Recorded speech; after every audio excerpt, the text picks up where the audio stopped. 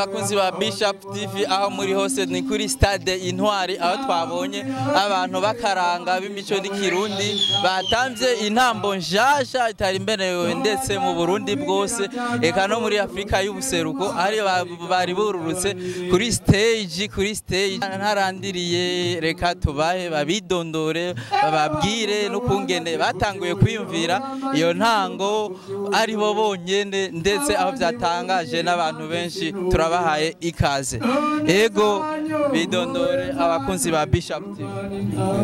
Murakoze kuduha ijambo. Jewe nitwa Bagendera nkaba ndongoye umugwi w'ikidagazo n'abatamvyi batambira hejuru kubiti n'umugwi niragirya abasokuru muri make mu ntara yacu ya Bujumbura na cyane muri commune ya Isare. N'umugwi turiko dutamba ntitwambara impuzu nkuko abandi bambara impuzu bisanzwe, tuba twambaye impuzu zitwa urugwiza, niyo teni yacu, niyo teni kama y'intuze y'ikidagazo. Ni intambo yitwa ikidagazo, abandi bayita ikididagizo. Urazi ko abantu badaprononcera kumwe ikintu, mugabo muri make twebwe iyi ntambo yacu ni intambo y'ikidagazo. Twitambira hejuru ku biti, tuba twambaye urwo rugwiza kandi tuba dufise morale.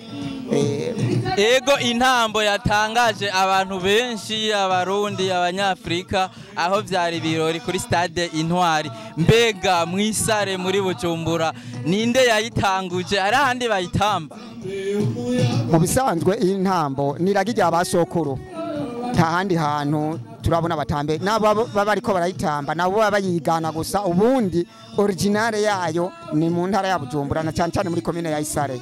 Neza cyane kuko nico gituma ndakubajije uko byatangajije benshi, wabonye n'abajournaliste batandukanye ko bakubajije ati mbega iyo ntambo iratamba abakobwa, ngiyewe ko ndayikubaza iratamba abakobwa. Oya ntibikunda ko yitamba abakobwa uko kuva kera basogokuru bari bafise akaranga, bari yubaha banyogokuru. Ni nkuko twovuga ko baba buriye hejuru ku nzu, nukuvuga abandi bavuga ngo ntawurira ku rugo abagomba kurugwa inyuma. Twebwe rero ni intambo y'abantu b'abagabo kuko nibo bashoboye kurira hejuru ku nzu, nibo bashoboye kurira ku biti. Ni intambo mwabonye ifisa ubuhinga, isaba kugwa abantu batagira impungenge, batagira inuzenye. Ni intambo y'abagabo gusa, itambwa n'abagabo, igahirahezwa n'abagabo. Ego twabonye mbe intambamyi muhura muri iyo ntambo irafise intambamyi ko twabonye mu bitamba uko umenga ni ibintu nyene mumazemwe igihe kinini nta ngorane. Haya murahura n'intambamyi muri ko muratamba ijya ntambo twabonye? Mu bisanzwe nta mwuga nta kintu kibura intambamyi, mugabo hagati aho tugenda tugerageza gukemura tukagwana n'izo ntambamye, kuko ugiye mu mwuga kanaka urawukora ukaraba imbere yaho iciza cyaho na consequence, ino kuvuga icoba kirimo hagati. Rero muri uwo mwanya dukora twiteze ko dutera imbere, kwimbe dushira Imana imbere mu bisanzwe muri make, hama tugakorana ubuhinga n'ubwitonzi kugira ngo ivyo bintu turiko turakora bishimwe na bose bitubere vyiza. Ingorane tugira burya twabuze ikintu coshobora kutugirira iyi teni turondera. Burya haragera igihe tuja kurondera teni tugeze bivanye n'amasezo n'ibihe turimwo, iyo teni tukayibura.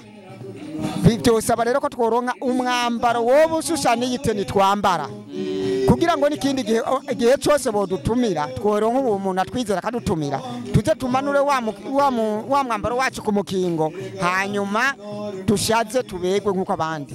Nayo ubundi yisezo ageze bivanye n'amasezo ibihe nk'igihe ciki turashobora kurondera uwo mwambaro tukawubura mugasanga rudashajije neza.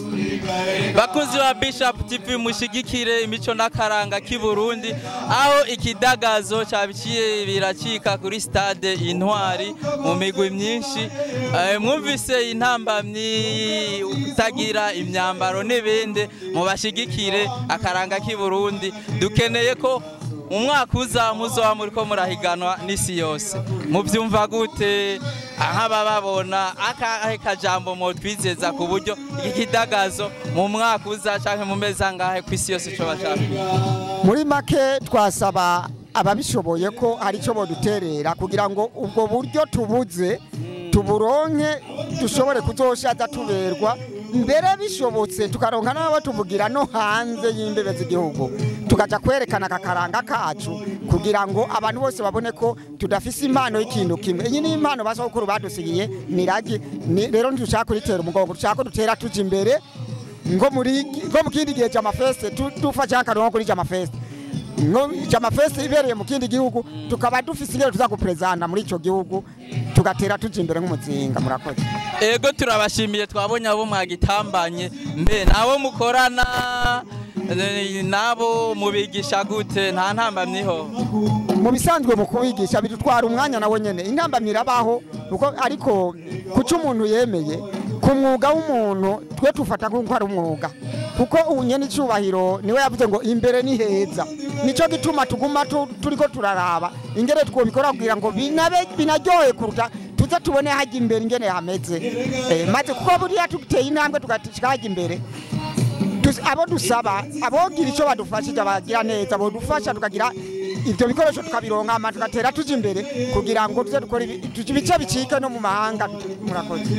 Ego turabashimiye bakunzi ba Bishop TV, twari kumwe n'unye arongoye ikidagazo, ndetse novuga ati ni mu Burundi niho bari bakiboneye, aho yerekanye ibitangaza bidasanzwe kuri stade Intwari. Turabashimiye. Akajambo kanyuma. Akajambo kanyuma turashimye cyane nyene mwatwumviriye mukadushira kuri buno buhinga ngurukana mumenyi. Hanyuma gusa icyo nari nibagiye gitoyi nuko twotanga adresse kumbure.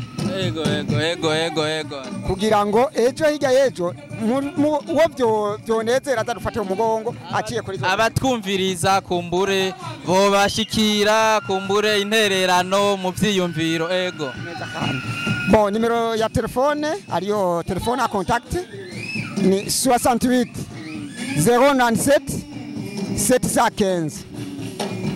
Iyi nimero niyo, nitwa Bagendera Komisare intara ya Bujumbura. Mwavyumvise Leoporo arongoye ikidagazo, intambo nziza y'u Burundi, benshi yabaryoheye, mubashigikire. Ni Bishop TV, subscribe. Bye bye.